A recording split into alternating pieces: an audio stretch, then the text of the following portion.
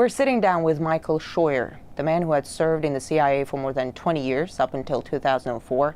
At one time, he was the chief of the CIA Bin Laden unit.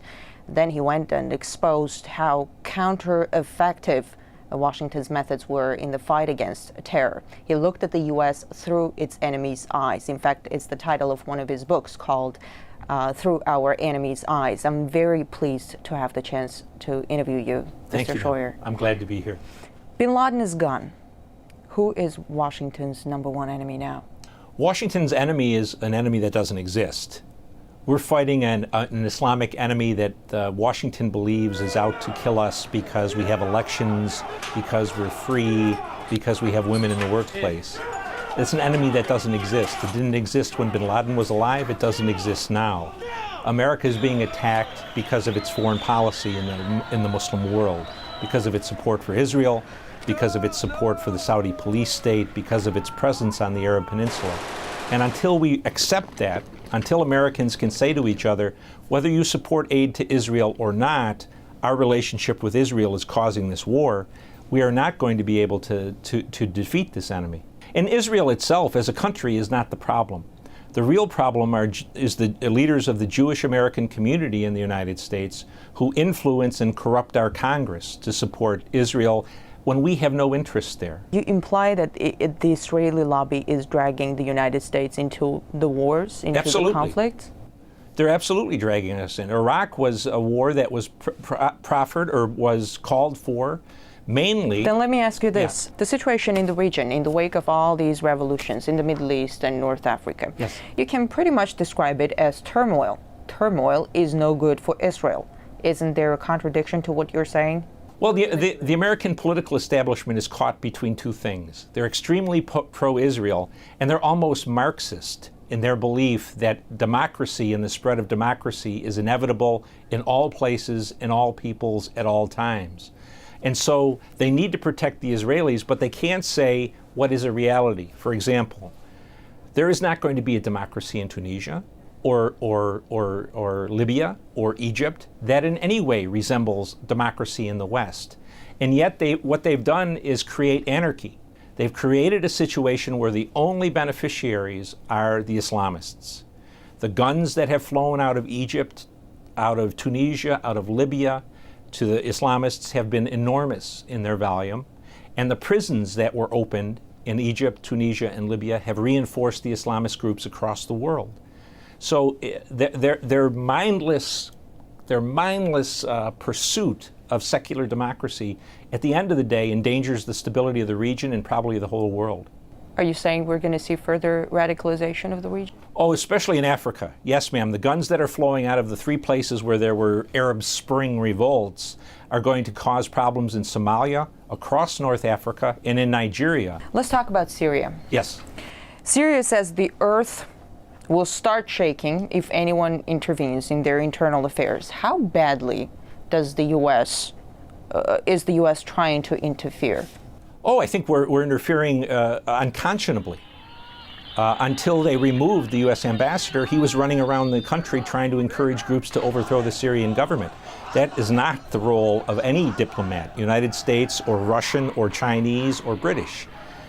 We have really very cold-bloodedly urged Syrians to get out on the street knowing that they're going to get shot down by their government. Again, Syria is a country where there is no U.S. interest.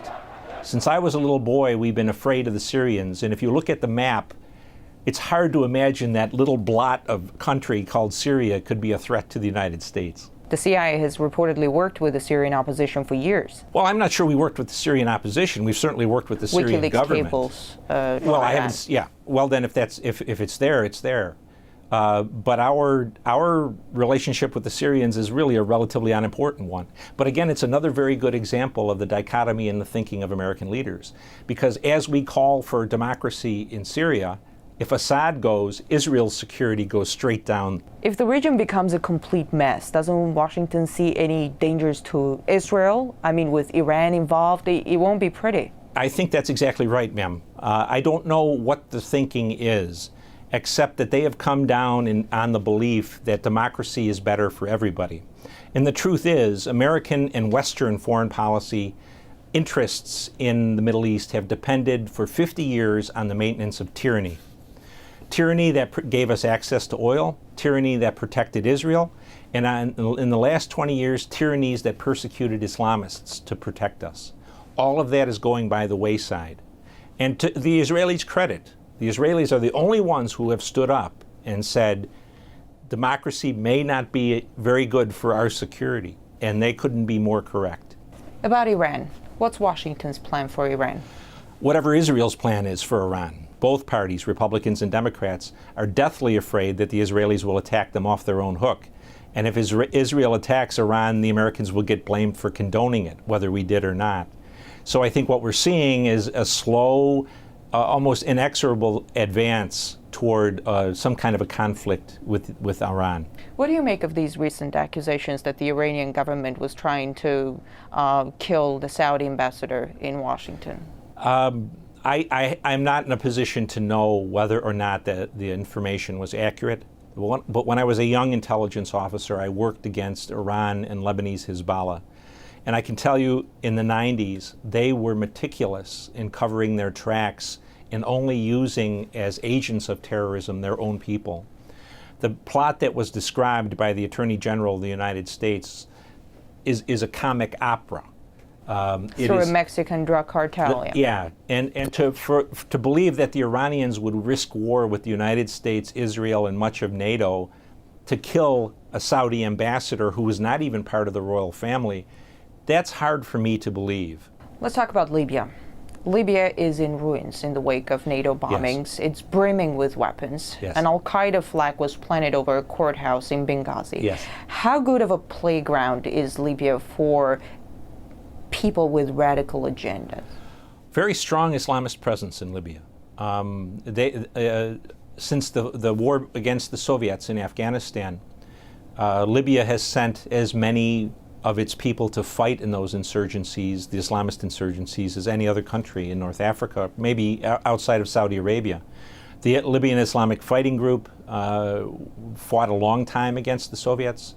They fought against Gaddafi. A great number of Libyans went to Iraq and to Afghanistan to fight us. And whatever strength the Libyan resistance had in terms of military capability, that came from experienced Islamist fighters. So the idea that somehow there's democracy afoot in Libya is just simply wrong. Could it become a hotbed of terror? I don't know if it could become a hotbed of terror, but it can become a country that's decidedly anti-American, anti-NATO.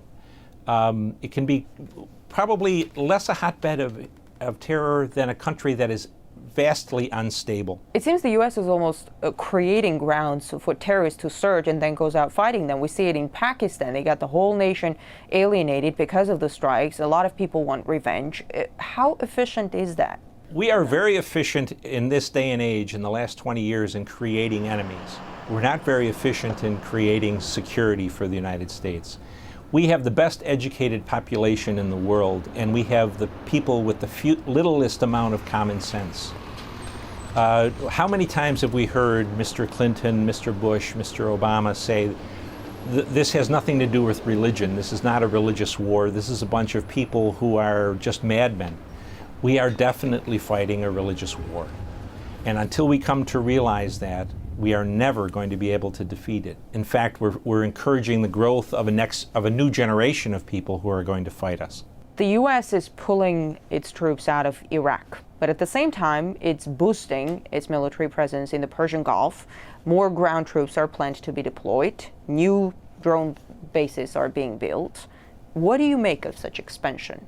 It just demonstrates again the ignorance of the United States government in terms of its political leadership about what our problem is in the Muslim world.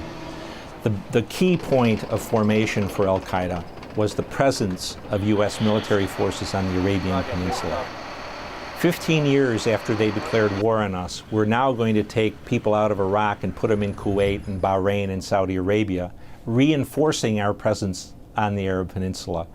Only going to cause us more foes and more enemies in the Islamic world. It's a contradiction. It's a lack of common sense. Let me ask you this: if the U.S. pulls out of everywhere, yes, Is it going to be the end of terrorism? It certainly would deny the terrorists the glue of unity that keeps them focused on the United States. If we weren't the main enemy, they would be attacking Israel, they would be attacking the Saudis, they would be attacking the Moroccans. The war would be And would you say let them attack go. The Israelis and the Saudis? Let them go. Sometimes they say the Chinese will come in. I said, let the Chinese deal with these people for the next 50 years. We've had enough of it. But I think the point is the Americans can't get out. We're dependent on the Saudis to maintain our interests in the world oil market, and the Saudis buy, next to the Chinese, more of our debt than anyone else. So as long as we're side by side with the Saudis and with the Israelis, we're stuck in the Middle East, and America will continue to bleed. Dr. Schroyer, thanks for the interview. Yes, ma'am.